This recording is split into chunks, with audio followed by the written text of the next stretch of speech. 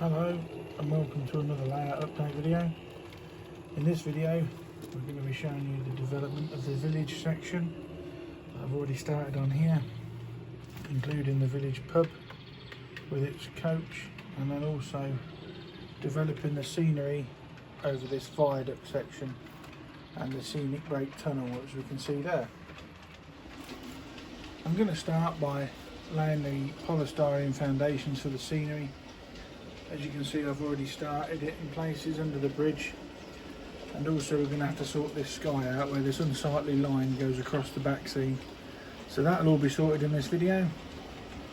If you see trains running around in this video like this one, not really in keeping with 1980s Network South East, but these are brand new locos and they're being run in prior to going on the steam railway part of the layout, which will be featured in a future video.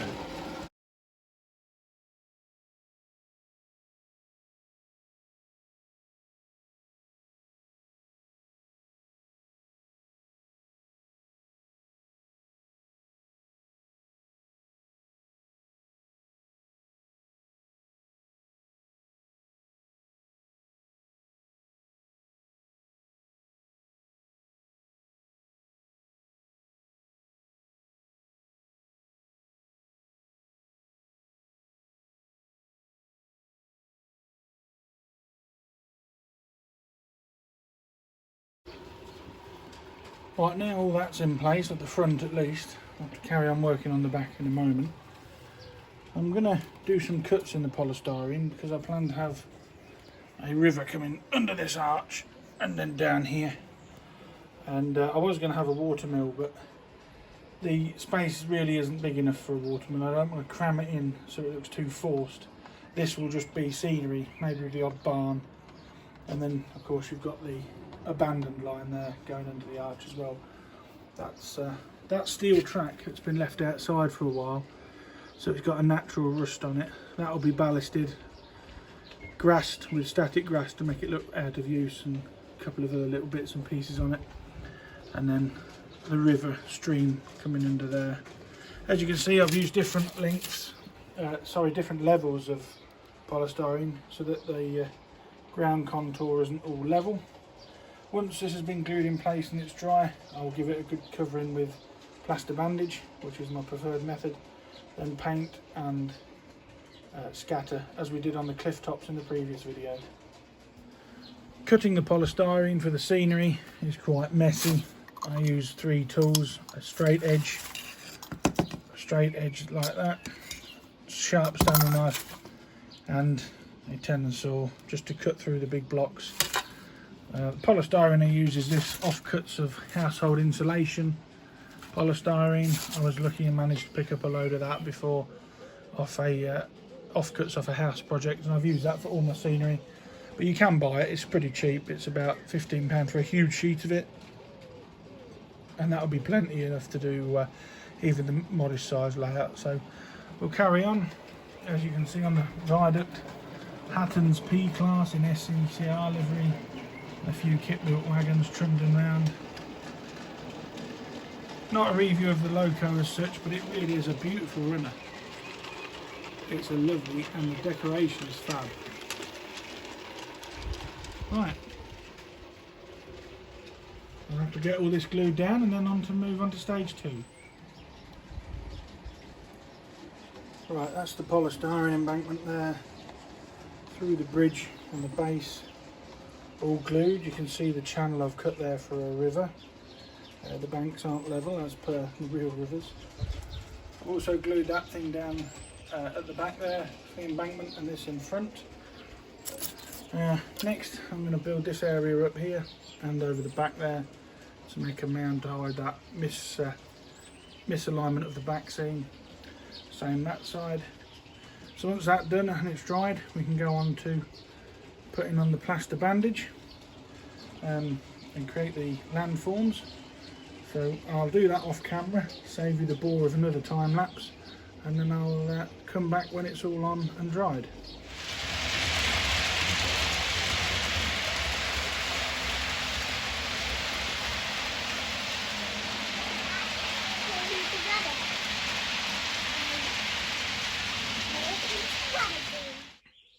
Right, that's all the polystyrene foundations laid for now. It may look a bit rough in places, but it will be hidden by plaster bandage. That'll be the next step.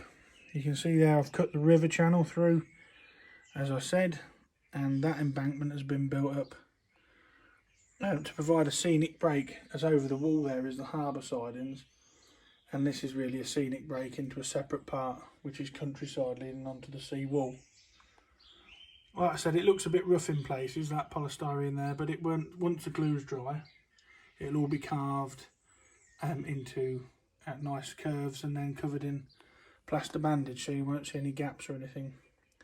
So that'll be the next step, will be to add the plaster once the glue's dry. So we'll do that next, and in the meantime I'll just show you a few clips of some more trains running around.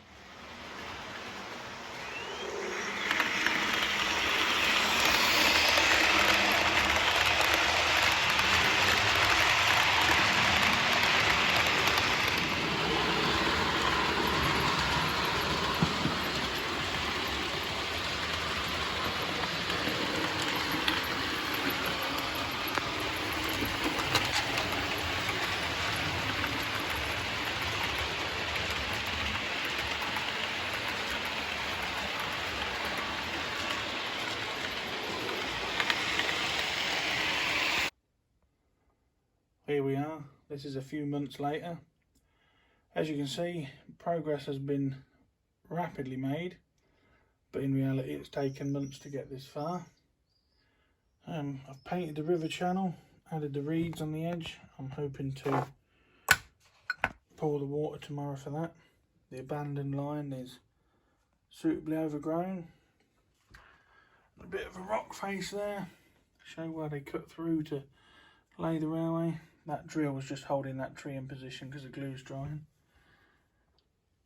Then we walk round to the village scene with the cottages, road, and then the signal box area. We've added a signaller's walkway and experimented with some static grass, as you can see down here. Looks quite good, so I'll be carrying that on.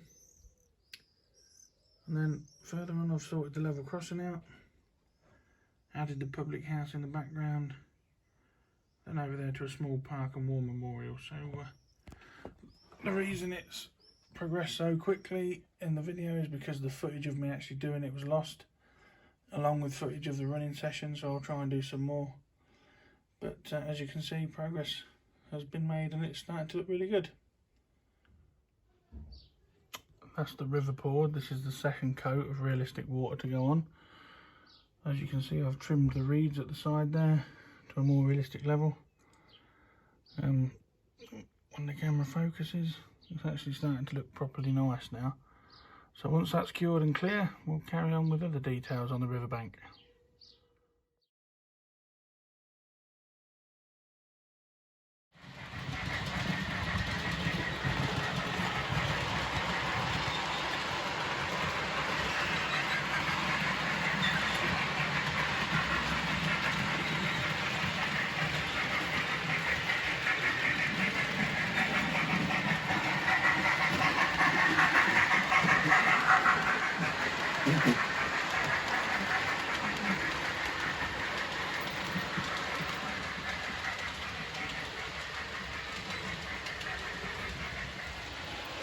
The village area has been created with dapole cottages, and the row of post-war terrace houses were free with the British Railway Modelling magazine. And then you come around here, as you can see, there's been a slight problem on the village road waiting for the shepherd to arrive to put his sheep back in his field. They've obviously escaped out of that dodgy bit of fence in there. And the Dapole Country Pub with its Mark 1 in the garden, crudely painted railway inn and patch paintwork. The interior of that is from a triangle Pullman, and there are people sitting there having their dinner. Inspiration taken from the local railway pub when I used to live in Whittlesey. They used to have a Mark 1 in their grounds, which used to serve and double up as a restaurant.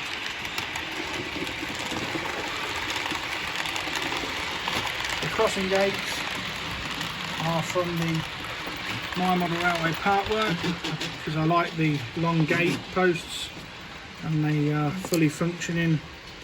Obviously you have to use your hands, but it adds play value when the children are playing with their buses and cars. It gives them something extra to do. All the signals are vintage, they're either Meccano, or in the case of this junction signal, Crescent. And as you can see there, I've started to experiment with static grass, which I intend to apply in a lot of this area. The station is decked out in Network South East colours. It's waiting at station name boards, which I'm going to put in after the video. And then the station goods yard, which is housing some Texaco tanks from my last video. That receives the occasional van load of traffic, and again adds a bit more operational interest to this corner of the layout. There are two tunnels here. That one there leads off onto the seawall that you saw before, and that one leads off into a two-road storage yard for DMUs. And there is a flap here that you can access the point work in there. And also, as mentioned in the seawall video, this is removable to allow me to get the units should any of them derail. One unusual bit about the village section is that it can be viewed from both sides because it's in the garage doorway. So you can view it from both sides. The detail has had to be added where normally it would have been missed. It also gives two vantage points while watching and filming the trains. Well, that's it for this time. I hope you've enjoyed the update, watching the village area come together. Please like the video, share it, subscribe and leave any comments below. The next video will be a bit different, as I'll explain to you at the end of this running session. So stay tuned, see some trains running, and I'll catch you in the next video.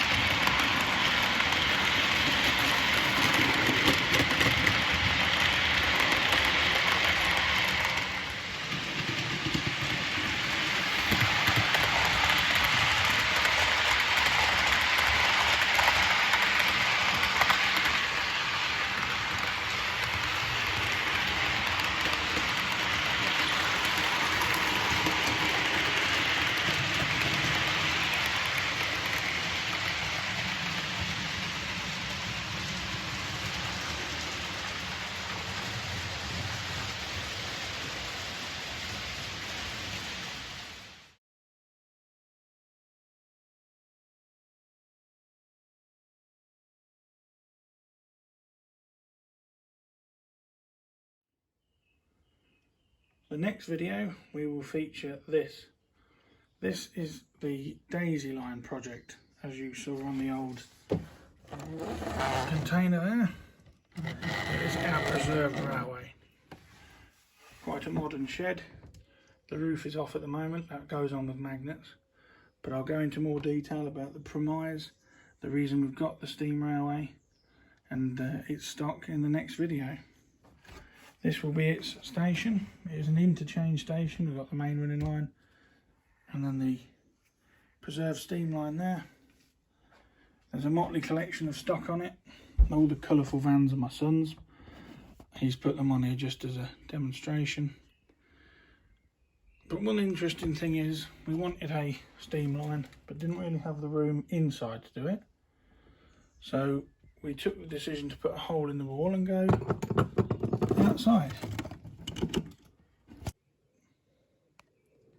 And then we come outside into the garden. There'll be a tunnel mouth on there, so you won't see any of that, but this is what we're faced with.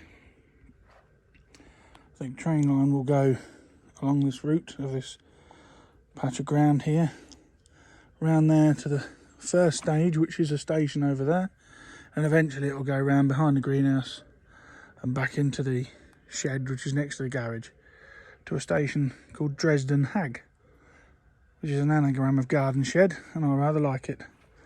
So it's not exactly the mammoth task that the navvies of the Settle and Carlisle faced, but it's going to be a big task nonetheless. So the next video will be rather long. I'll go through the build step by step. But until next time, I'll see you again when we build the preserved line from here. Bye for now.